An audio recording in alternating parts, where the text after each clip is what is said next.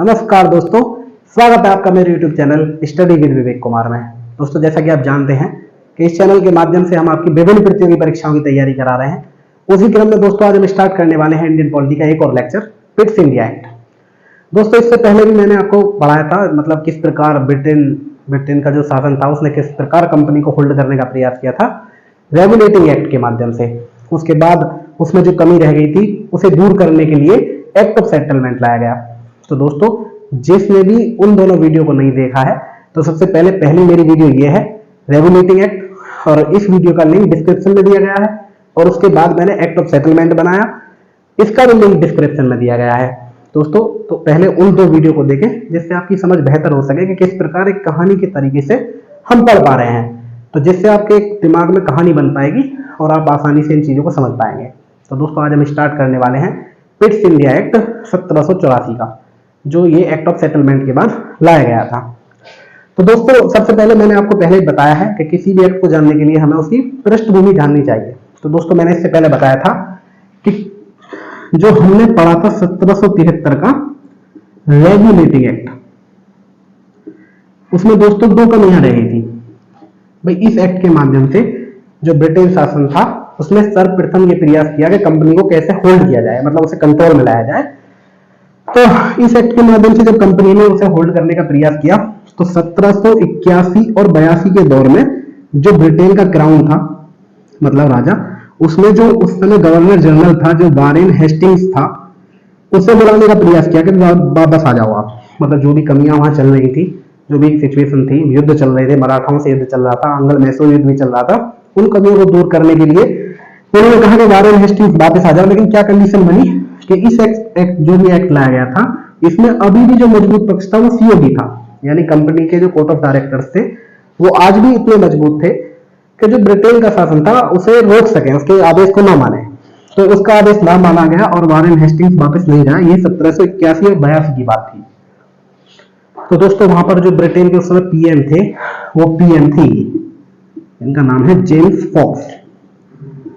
उस टाइम की बात करें, ये है 1783 की बात। तो उस समय जो गवर्नमेंट थी वहां पर एक व्यक्ति और था, नॉर्थ कोलेशन नाम था शायद इसका, आप देख सकते हैं। इन दोनों की गठबंधन की सरकार थी। तो इन दोनों ने मिलकर 1783 में एक बिल लेकर आए जिसे बोलते हैं ईस्ट इंडिया बिल। अब दोस्तों, बिल इसलिए कह रहे हैं क्योंकि ये पास नहीं हो पाया था, संसद में पास नहीं हो पाया। तो जब तक कोई बिल संसद में पास नहीं हो पाता उसे बोलते हैं बिल, और जब उस पर पास होने के बाद राष्ट्रपति मोहर लगा दे तो उसे बोलते हैं एक्ट। तो दोस्तों, ये पास नहीं हो पाया था 1783 में, तो इसकी जो गवर्नमेंट थी वो गिर गई थी। ये है जेम्स फॉक्स की बात। अब जेम्स फॉक्स के बाद जो आया था वो, तो दोस्तों जब इनकी सरकार गिर गई थी, जो जेम्स फॉक्स थे, उसके बाद जो पीएम बने ब्रिटेन के वो बने थे विलियम पिट। यंगर भी नाम था, इसके आगे यंगर लिखा हुआ था, विलियम यंगर पिट। यंगर का मतलब दोस्तों ये था कि इससे पहले भी जो विलियम पिट थे वो पीएम बन चुके थे, जो इनके फादर थे। तो यंगर मतलब इनके बेटे थे, और ये उस समय सबसे कम उम्र के पीएम बने थे ब्रिटेन के, विलियम पिट जो थे। फिर इन्होंने ये एक्ट लेके आए थे 1784 का पिट्स इंडिया एक्ट। दोस्तों, इससे पहले मैंने आपको बताया है कि जो 1773 का जो रेगुलेटिंग एक्ट था उस एक्ट में दो कमी रह गई थी। एक कमी तो ये थी कि गवर्नर जनरल और उसकी काउंसिल, उनमें क्लैश हो रहा था। अगर आपने वीडियो नहीं देखी है तो मेरा आपको सुझाव है कि आप रेगुलेटिंग एक्ट की वीडियो जरूर देखें, जिससे आपकी जो समझ है वो बेहतर हो सके। और दूसरा जो कमी रह गई थी उसकी, वो थी governor general versus supreme court की। तो दोस्तों, जो एक्ट ऑफ सेटलमेंट आया था 1781 का, उस एक्ट में इस कमी को दूर कर दिया गया था। जो गवर्नर जनरल और सुप्रीम कोर्ट के बीच क्लैश हो रहा था, उस कमी को दूर कर दिया गया था एक्ट ऑफ सेटलमेंट के द्वारा। लेकिन एक कमी तो अभी भी बची हुई थी, जो गवर्नर जनरल और उसकी काउंसिल थी। तो अब लाया गया दोस्तों इस एक्ट को, जो 1784 का पिट्स इंडिया एक्ट था, जो विलियम पिट थे इसके द्वारा लाया गया ये एक्ट। ये पीएम थे उस समय वहां पर। तो उन्होंने क्या क्या बदलाव किया, अब देखते हैं हम इसके प्रावधान। ये तो उन्हीं पृष्ठभूमि में क्यों लाया गया था। तो जितने भी एक्ट लाए गए हैं, प्रयास यही किया गया है कि कंपनी को होल्ड किया जाए, कैसे ही रोका जाए, उसका जितना भी प्रशासन है उसको कंट्रोल किया जाए। तो यही कारण था कि कंपनी का जो प्रभाव था उसे कम किया जाए और उसे कंट्रोल में लाया जाए। यही इसका मतलब कारण था। चलिए देखते हैं इसमें क्या क्या प्रावधान किए गए थे। अब दोस्तों, प्रावधान की बात कर लेते हैं। दोस्तों, आपको कहानी की तरीके से ही याद रखना है। अगर आप फैक्ट पढ़ेंगे तो आप भूल जाएंगे। एक किरो नाम के फिलोसफर हुए हैं, उन्होंने ये कहा है कि कोई भी बुक हमें 6 या 7 बार पढ़नी चाहिए, जिससे हम उसे रख सकें, कंठस्थ कर पाए, कम से कम 6 बार। अगर आप ये सोचे कि एग्जाम नजदीक आए जब ही पढ़ लिया जाए, फैक्ट पढ़ के हम एग्जाम निकाल लें, तो ये इम्पॉसिबल होगा। मेरा अनुभव ये कहता है कि आपको कहानी के तरीके से हिस्ट्री और पॉलिटी पढ़नी चाहिए। चलिए इसके प्रावधान देखते हैं। तो दोस्तों सबसे पहले प्रावधान ये किया गया कि कंपनी के कार्य डिवाइड कर दिए। कंपनी के कार्य कर दिए 2 प्रकार से। एक कार्य कर दिए कंपनी के व्यापारिक, तो व्यापारिक कार्य होंगे, और दूसरे थे राजनीतिक, सैन्य और राजस्व के, ये कार्य थे।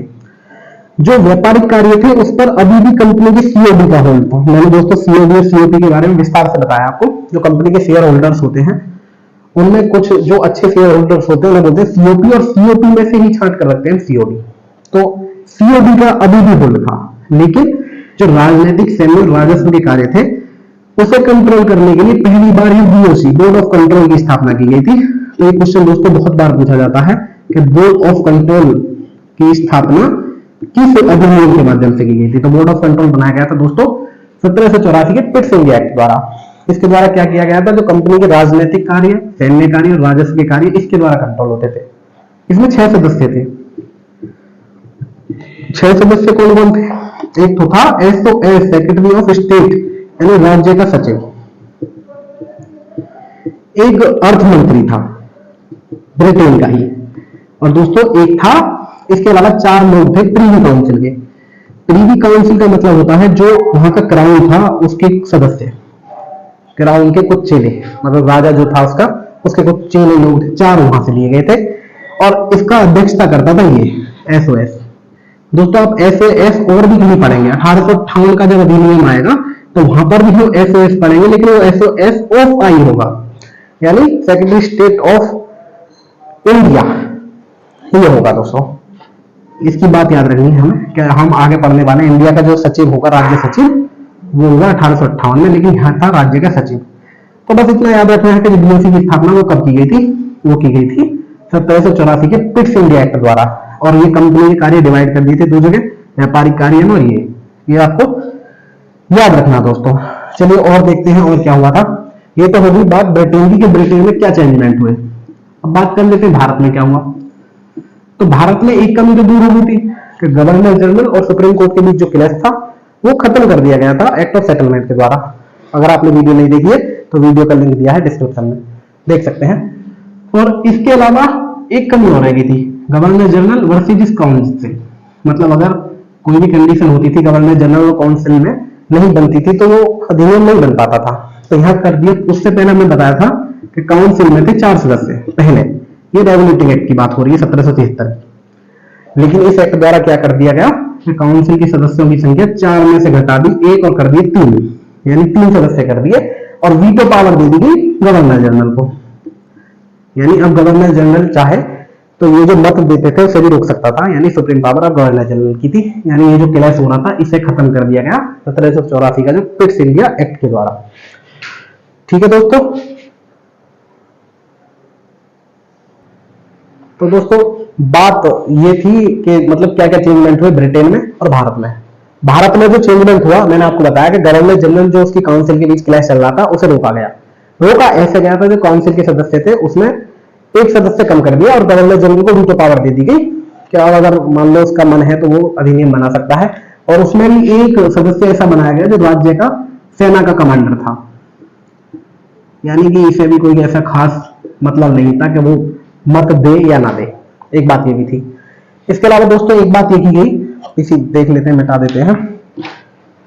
एक बात ये की गई दोस्तों भारत में, जो भारत की बात कर रहे हैं केवल, जो बंगाल का गवर्नर जनरल था उसके अंडर में ही ला दी गई 3 प्रेसिडेंसी बंगाल के गवर्नर जनरल के मध्य।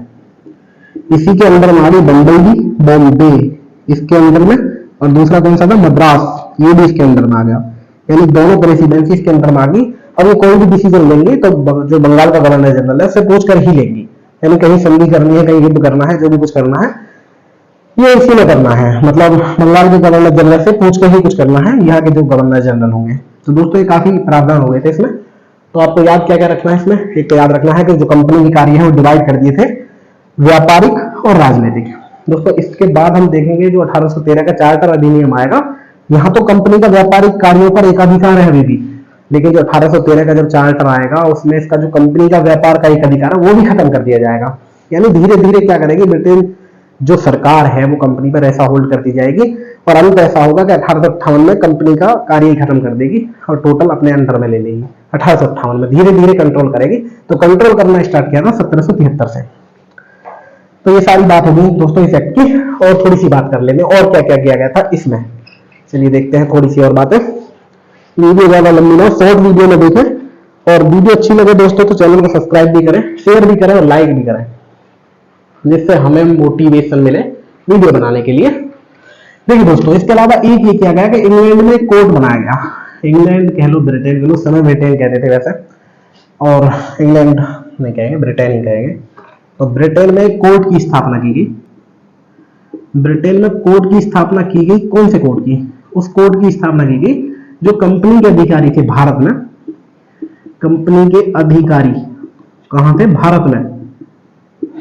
इन पर अगर कोई मुकदमा चलाया जाएगा तो वो ब्रिटेन की कोर्ट में चलाया जाएगा।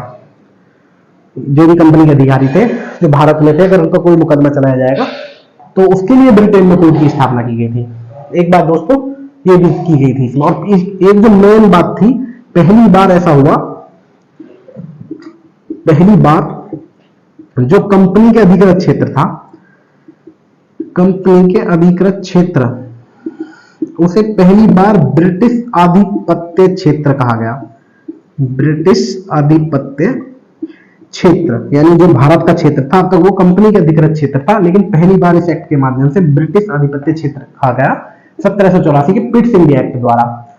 तो दोस्तों क्या क्या हुआ इसमें और क्या क्या घटनाएं घटी ये मैंने आपको विस्तार से समझा है। अगर वीडियो एक बार में समझना है तो दोबारा देखें प्ले करके। और मेरा आपको फिर सुझाव है कि पहले उन 2 वीडियो को जरूर देखें जिससे आपकी समझ बेहतर हो सके। दोस्तों वीडियो अच्छी लगी हो तो चैनल को सब्सक्राइब करें, शेयर करें और ज्यादा से ज्यादा लाइक करें। धन्यवाद। राधे राधे।